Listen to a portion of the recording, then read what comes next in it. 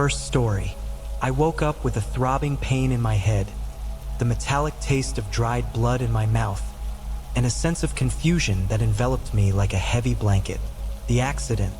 I remembered the deafening sound of metal twisting, the sudden impact, and the darkness that swallowed me immediately afterward.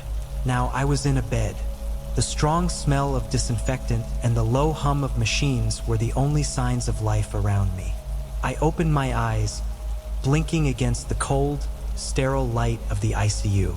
The room was small, with white walls and monitors next to me, their lights blinking like tiny beacons in the silence. A sense of emptiness hit me. There were no doctors, no nurses, no one. I was alone. I tried to call for someone, but my voice came out hoarse, weak, barely a whisper. A surge of panic set in. Where is everyone? I thought. The clock on the wall read 11:30. I couldn't tell if it was morning or night. Time seemed blurred, as if it didn't matter here. Days passed without any visible changes. Doctors appeared sporadically, checked my condition, and then disappeared, their interactions quick and automatic. I asked about the accident, about my family, but they always looked away, mumbling vague answers. No visits. No news from the outside world. Then, at midnight, it started. The first time, I only heard the distant sound of footsteps. I was half asleep, floating between consciousness and sleep, but the sounds were enough to fully wake me. Slow, deliberate footsteps echoing down the deserted hallway. I tried to turn my head, but my body was weak, muscles useless under the anesthesia of fatigue and pain. I lay still, listening, feeling a growing wave of anxiety. The footsteps got closer, then a pause. Something at the door, a muffled sound, like restrained breathing. My heart pounded in my chest. I wanted to call for help, but the words wouldn't come out. Then, on the other side of the door, a low whisper, unintelligible. Voices distant, as if they were coming from deep underground. I couldn't understand what they were saying, but the tone was something that didn't belong there. The next morning, I didn't mention anything. I was certain I had imagined it all, a product of medication and exhaustion. But the following night, it happened again. Exactly at midnight. Footsteps, whispers, louder this time. It seemed like the voices were arguing with each other, fragments of words floating through the air. Something about patients who never leave. The following nights were worse. The footsteps became faster, more urgent. I heard the doors of the neighboring rooms opening, one by one, as if they were inspecting each patient. Yet, by morning, the rooms next door remained empty, with no signs of life. I couldn't sleep anymore. The fatigue piled up, and the line between dream and reality blurred. One night, I mustered the courage to wait. The clock struck midnight. Silence swallowed the hospital. And then they came. The footsteps sounded distant at first, as usual, but this time, when they stopped at my door, it slowly creaked open. I saw a figure standing in the doorway, tall, shrouded in shadows. I wanted to scream, move, anything, but the panic pinned me to the bed. The figure entered the room, the air around me turning icy. And the voices, they were there inside my head now, whispering clearly. You shouldn't be here. My whole body shuddered. I tried desperately to convince myself it was just a hallucination, but something in the figure's empty gaze told me otherwise. It was as if it was evaluating me, deciding what to do with me. You never left that car. Those words cut through my spirit like a blade of ice. The fear I felt was indescribable. The figure receded into the shadows, but I could feel its gaze locked on me, as if it were waiting. The next morning, no doctor visit. No one was there anymore. The machines around me kept blinking, indifferent to my existence. I was still breathing, still felt pain, but the voices were now constant, accompanying my thoughts. They told me horrible things, stories of patients who never left, patients who had died but didn't know it, patients who were like me, trapped between life and death, sustained by an illusion. Days passed, or maybe weeks. Daylight never entered through the windows. No nurse came to change the floor, but the fluid bags never emptied. I started to believe the voices. I began to wonder if I had ever really left that car. Maybe I was dead, or worse, stuck in some limbo, doomed to wander eternally between life and whatever it was that walked the halls at night. On the last night I remember, the door to the room opened again at midnight. This time, there were no footsteps or distant whispers. The figure entered directly, standing beside my bed. It wasn't human. Not exactly. Its face was a blur of shadows and indistinct features. The voices filled the air around it, a dark and insistent chorus. "It's time to go." Suddenly, the heart monitor next to me began beeping furiously. My chest tightened in excruciating pain, as if something was being torn out of me. I felt the darkness closing in, swallowing everything, and in the last second before losing consciousness, I heard the final sentence. "No one leaves here," because no one was ever alive to begin with. The silence that followed was absolute. Second story, the last shift. It was my first day at São Marcos Hospital, and the atmosphere felt heavier than expected. The building, an aging structure of dark brick and endless hallways, exuded a strange mix of nostalgia and decay. The cold, fluorescent light made my eyes burn, and the smell of disinfectant clung to the air, masking but not eliminating the persistent odor of something old and rotting. When I arrived at the ward for my first night shift, I was greeted with curious looks and tense smiles from the more experienced colleagues. I had heard stories about São Marcos, of course, but I assumed they were exaggerations, old hospital tales meant to scare rookies like me. Rachel Wright, an older nurse, with gray hair and skin marked by years of sleepless nights, pulled me aside. "Listen, everyone here is going to tell you this at some point, so I might as well be the one to say it. Stay away from the basement." I frowned. "The basement? Why?" She gave a humorless smile. "It's off limits. We're not allowed down there. We don't need to be." "But why?" I insisted, but she was already ignoring me, returning to her work without another word. Curiosity is a dangerous poison, especially in places like that. In the days that followed, the nurse's warning stuck in my mind. I wanted to forget it, focus on my work, but there was something in the heavy silence of the hospital that made me question what was really going on there. During the lonely early hours, the hallways became eerily empty. Every sound seemed to echo from distant places. A bed creaking, the faint patter of footsteps. Sometimes, I would hear what sounded like a muffled conversation, but when I turned the corner, there was never anyone there. The hours dragged on during the long nights, and I began to notice disturbing details. The older patients spoke in whispers, mentioning them when the silence grew thick. "They're down below, waiting," one of them told me, his eyes wide, filled with genuine terror. I tried not to take it seriously, just delusions, I thought. But with each passing night, the feeling of being watched, of something lurking in the shadows, grew. It was on the third night that things became impossible to ignore. During my shift, around 3 in the morning, the hospital seemed to freeze in time. An oppressive silence descended over the hallways, a silence so thick it made the air feel heavy. And then I heard it, the sound of screams, muffled, as if coming from far away. My eyes automatically turned to the staircase that led to the forbidden basement. Against my better judgment, I walked to the rusted steel door that led downstairs. The no entry sign hung haphazardly. The screams had ceased, but now what I heard was worse. Whispers, multiple voices, faint, indistinct, crawling into my mind. I hesitated for a moment, but before I could stop myself, I pushed the door, which gave way with a rough creak. The air below was denser, damp, with a nauseating smell of mold and something metallic. The lights above flickered intermittently, casting restless shadows on the rust-stained, dust-covered walls.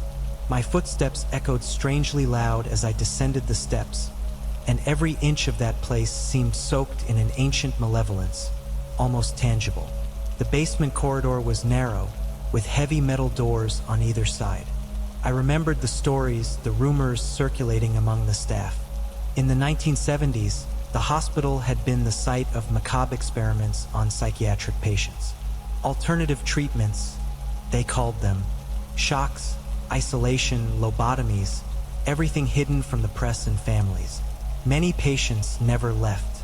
I walked slowly down the corridor, hearing only my own irregular breathing. But then suddenly something else emerged. The sound of footsteps, slow and dragging. I felt a presence behind me, a shadow that seemed to form in the corner of my vision. I looked quickly, but there was nothing. Still, the fear wrapped around me like a cold claw. The feeling of being watched became overwhelming.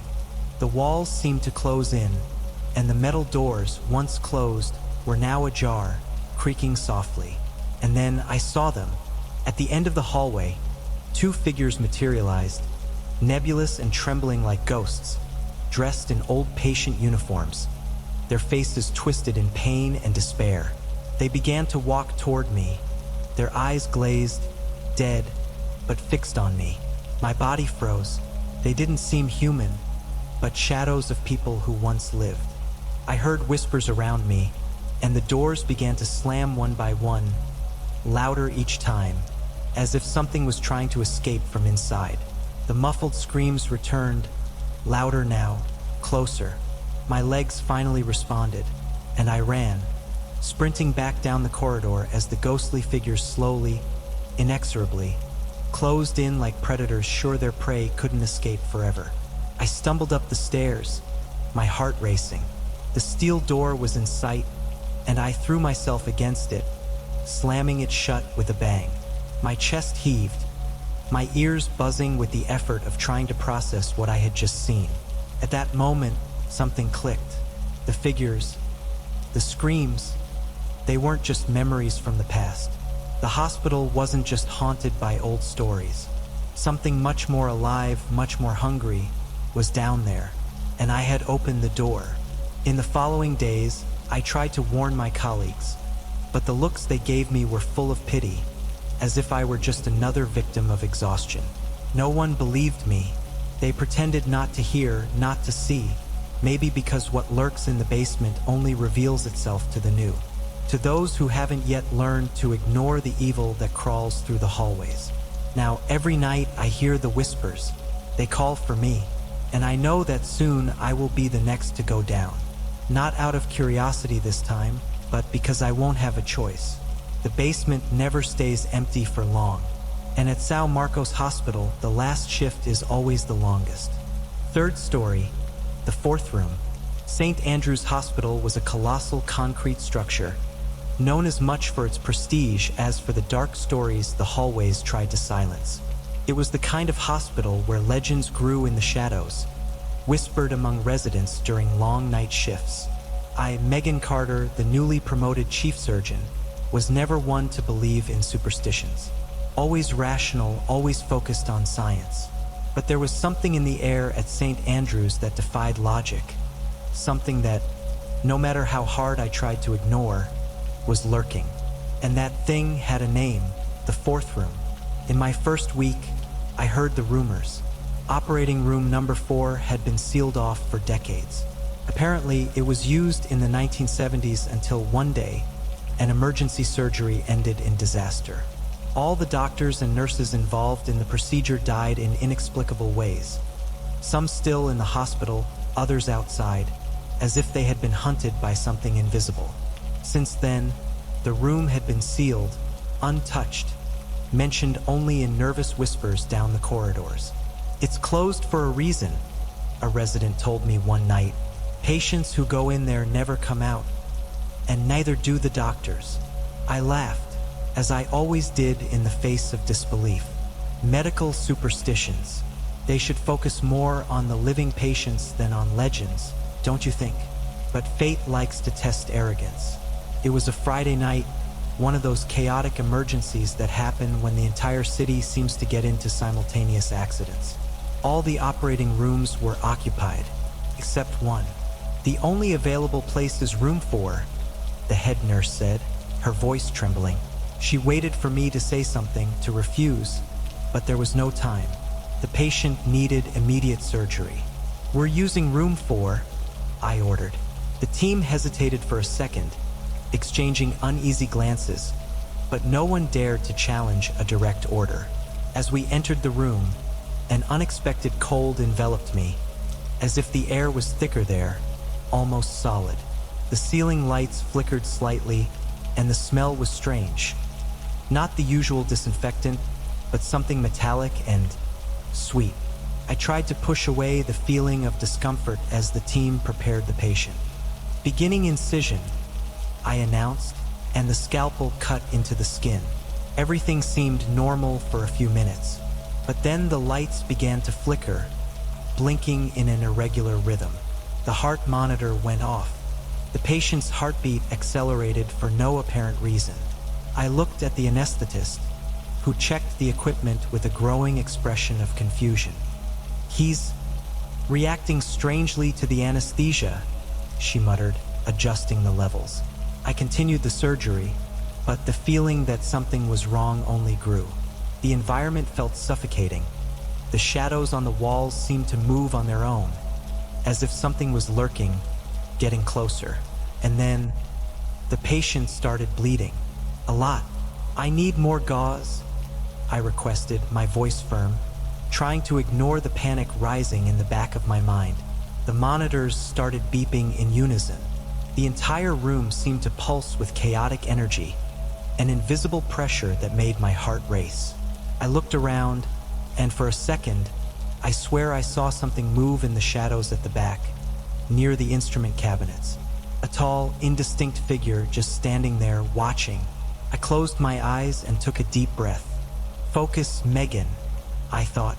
But when I opened my eyes again, the scalpel in my hand was covered in blood. Much more than there should have been. The patient's body convulsed on the table. "He's bleeding too much. I need clamps." But no one responded.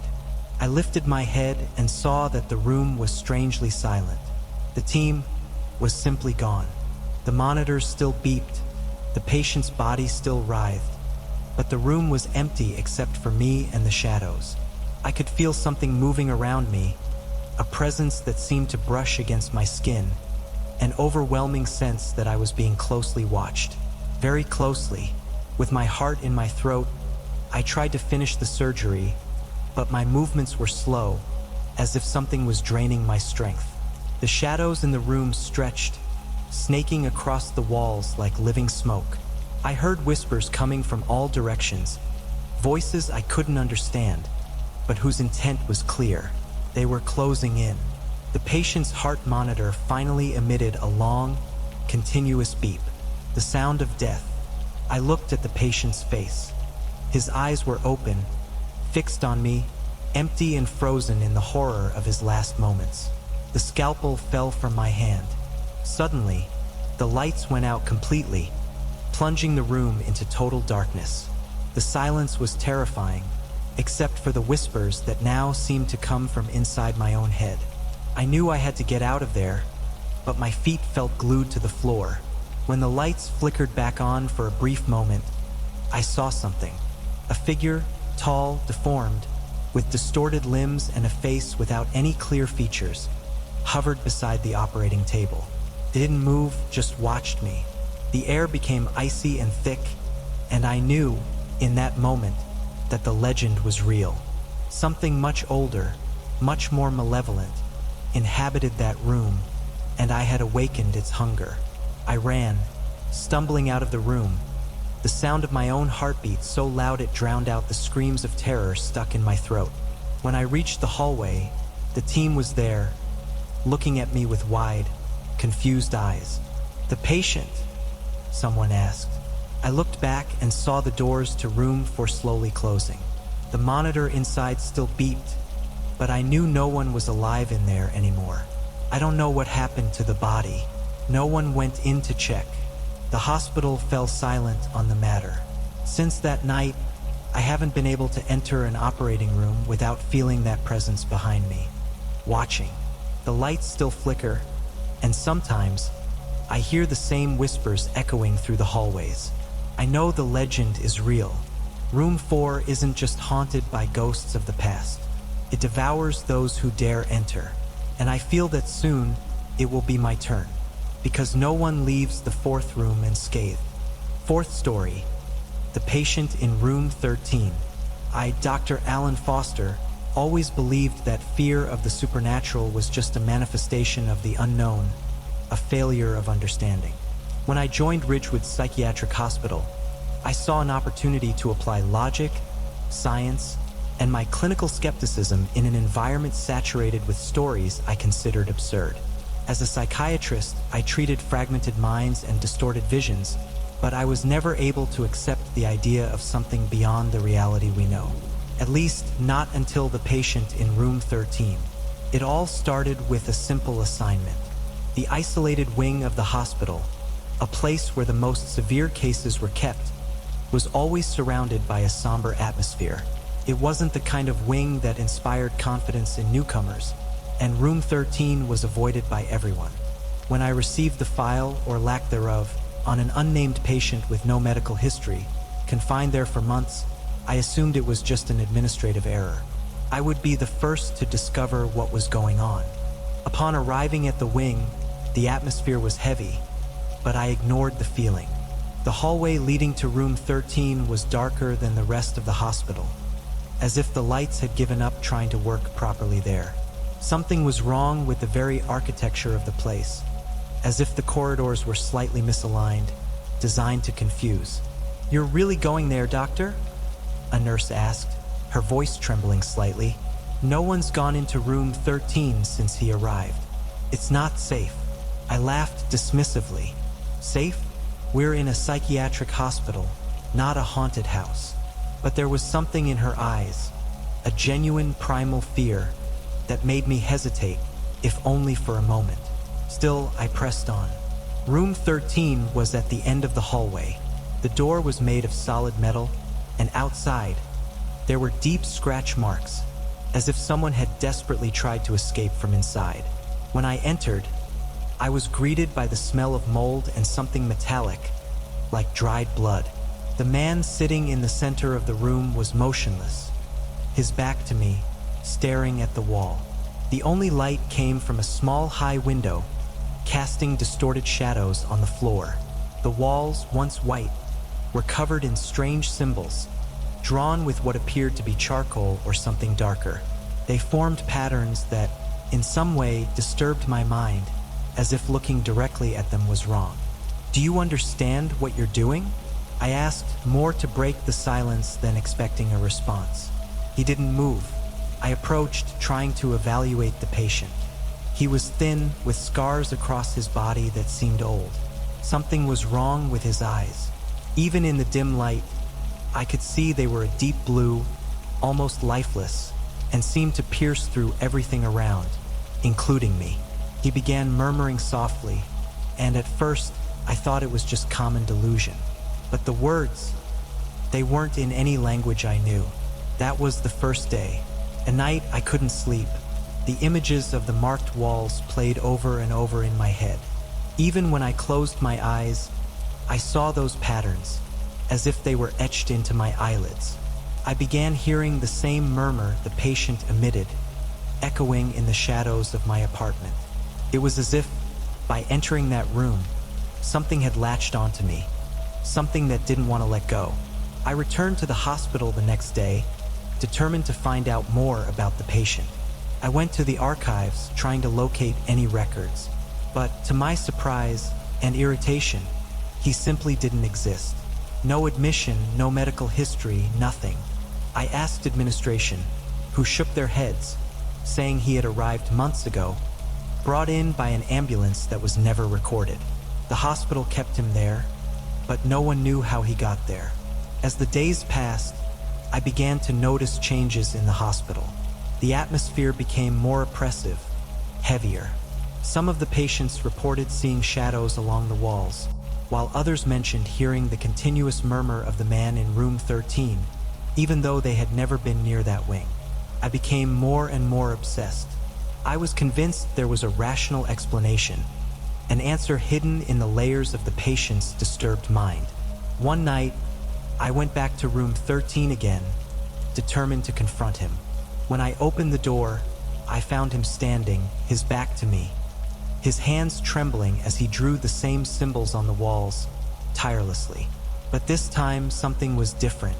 The room was colder, and the smell of blood was stronger. As I approached, I saw he wasn't using charcoal to draw. It was his fingers, bloody, repeating the pattern as if in a trance. "Do you know what you're drawing?" I asked, my voice shaking. He slowly turned, and for a moment, I felt the world around me distort. His eyes were no longer human. Something ancient, something monstrous looked at me through that body. And then he spoke, but not with his mouth. His voice was inside my head. "You brought me here." I stepped back, confused. "What are you?" He smiled, or at least what was left of his human face smiled. "I am the fear that has always been with you, Doctor, fed by your doubt, by your denial." The shadows around us began to move, twisting like living creatures, and I finally understood. He wasn't a patient. He was room 13, the entity, the hunger. That wing existed to contain something much older than any science could explain. I ran out, my mind in tatters, but the shadows followed me. The unexplained deaths connected to the room began to make sense. They weren't accidents. They were sacrifices, sustenance. The hospital tried to close room 13, tried to forget it, but the evil there cannot be contained. It just waits, and I can already hear the murmuring again everywhere I go. Because room 13 isn't just a place, it's a sentence. If you enjoyed these stories, subscribe to the channel and check out the next video playing on your screen.